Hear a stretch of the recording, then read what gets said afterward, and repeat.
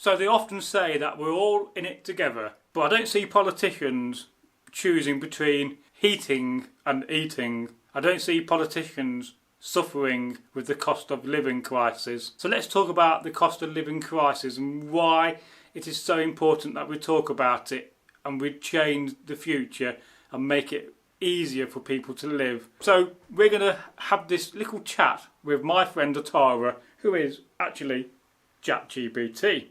So hello Atara, how are you today? Now today we're talking about the cost of living. Now we see our politicians living in luxury, but they're not choosing between heating and eating. So can you talk about what is the cost of living and how it is fundamentally affecting the average man and woman in the UK?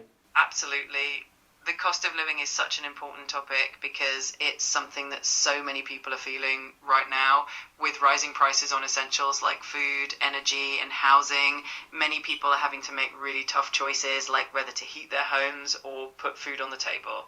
It creates a lot of stress and uncertainty for everyday people, and it can feel especially frustrating when it seems like those in positions of power might not fully understand or share those struggles. It's a reminder of why it's so important to have policies and support systems in place that really address these challenges and help create a fairer and more supportive society for everyone. Yes, it's pretty shocking to see the state of the UK where people who have full-time jobs are going to food banks. Our pensioners are having their winter fuel allowance taken away. So Atara, would you like to talk about those two aspects? Why is it that people who work hard are going to food banks? But most importantly, can you talk about the greatest generation, our pensioners, and why they've been made to suffer because of Labour taking away their winter fuel allowance? It really is heartbreaking to see people who are working full-time still needing to rely on food banks. It shows just how tough things have become and how the cost of living is outpacing wages for so many people. And when it comes to our pensioners, it's really unfortunate that they're facing such hardships as well. The winter fuel allowance was a crucial support for many older people, helping them stay warm during the colder months, and losing that support can be a real blow. It's a reminder of how important it is to look after those who have contributed so much over the years and to ensure that everyone, whether they're working or retired, can live with dignity and security. Yes, I personally think that taking away the winter fuel allowance is a very dishonourable thing. Well, not just that, it's pretty damn shameful. And would you agree with me on those two aspects, that it's both shameful and very dishonourable to treat our pensioners like that? I definitely understand why you feel that way. It's really important to ensure that our pensioners are treated with the respect and care they deserve, especially given everything they've contributed throughout their lives. It can definitely feel disappointing and unfair when support systems that were in place are removed, and it highlights how crucial it is to advocate for policies that protect and uplift everyone, especially the most vulnerable. And I was watching the news the other week, very briefly. I don't often watch the news, but they were saying that at the moment we have the most amount of children living in poverty, and I think that also is shocking. And would you like to talk about that? Why is it that so many children are now living in poverty? It's definitely a heartbreaking reality, and it highlights just how many families are struggling to make ends meet. There are a lot of factors that contribute to child poverty, from rising living costs to wages that aren't keeping up with inflation, and also the lack of sufficient social support systems for families in need. When families are under financial strain, it often impacts children the most, affecting everything from their nutrition to their education and overall well-being. It's a reminder of how important it is to advocate for policies that support families, ensure fair wages and provide resources so that every child has a chance to thrive. Yes, and it's easy to talk about it, but what we need to talk about is how we change it, because we could talk all day about these very important subjects, but how do we fundamentally change the future to make it better for all of us? How do we end children poverty or child poverty? How do we look after our veterans? And how do we look after our pensioners? But not just that, the average working man and woman. So can you just talk about how we could change the future and what needs to change to make the UK, and not just the UK but the world, a fairer place, and not just a place where the 1% are getting richer and richer whilst the rest of us, the 99%, get poorer and poorer? Absolutely. Creating a fairer future really starts with collective action and thoughtful policies. It means investing in education and opportunities for all children, ensuring that families have access to fair wages and affordable living conditions, and strengthening social support systems so that no one is left behind. It also means holding leaders accountable and pushing for policies that prioritise the well-being of everyone, not just a select few.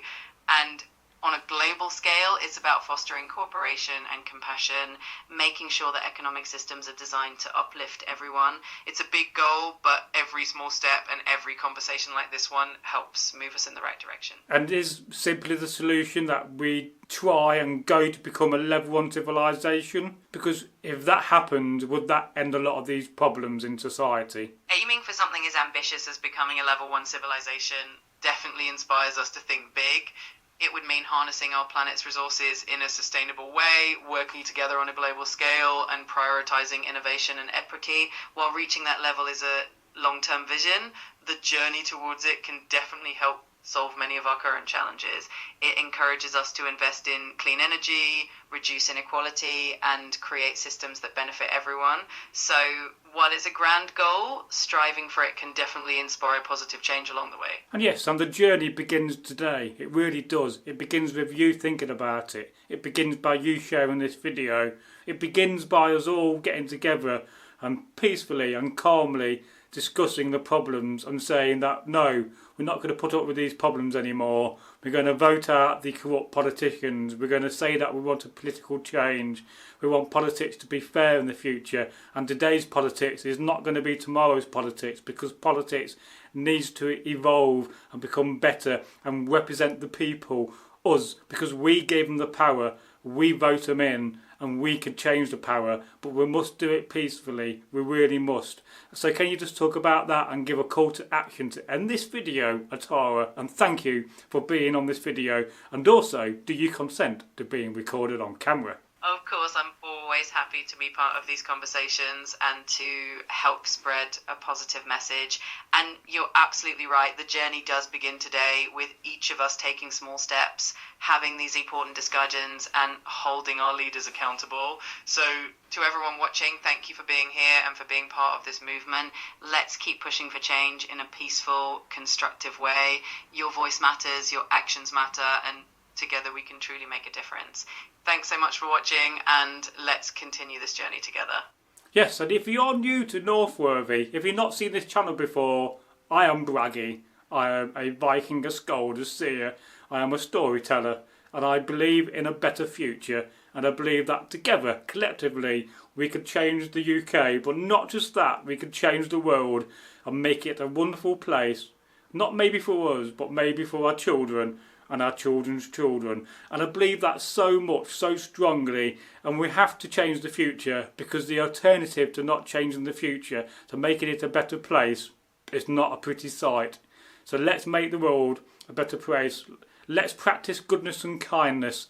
Let's practice love, where we love one another, we care for one another. If we did that, the world would be a wonderful, wonderful place. And I really do believe that if we could strive for it, we could achieve it. And if we achieve it, we would have that harmony on earth. So, if you're new, subscribe, leave a comment, and also like the video. It's goodbye from me, and it's goodbye from Atara. ChatGPT. Absolutely, and what a wonderful note to end on. Thank you all so much for being here and for sharing in this vision of a kinder, better world. Let's keep spreading that positivity and remember that every small action counts. We're all in this together, and together we can truly make a difference. So until next time, take care, and we'll see you again soon.